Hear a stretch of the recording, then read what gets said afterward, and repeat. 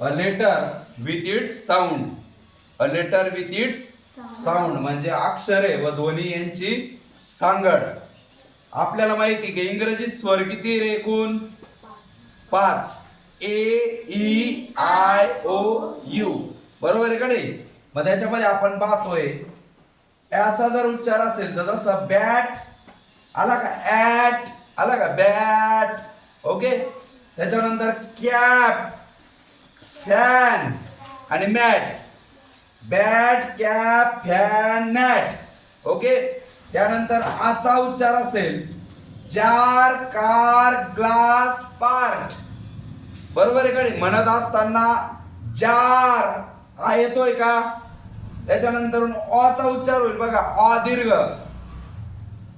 Ball, all, hall आणि call होतोय का.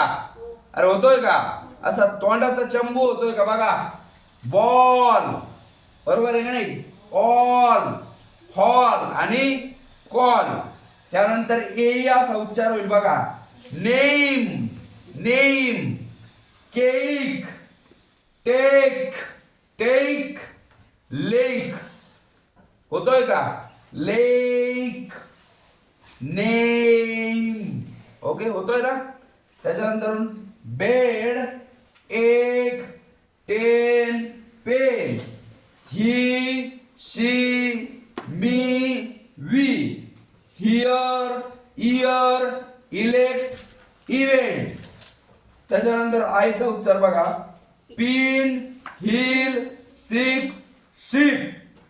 आई जसं ice, fine, kite, kind, fire, wire, hire, tyre, iron.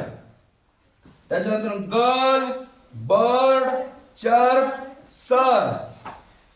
Cold, no, go, hole. Owl, काऊ,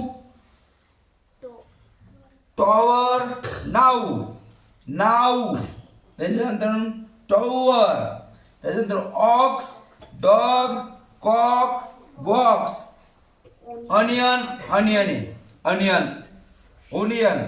okay. Onion किंवा onion असा बऱ्याच ठिकाणी त्याचा उच्चार अनियन असा पण झालेला आहे. ओके.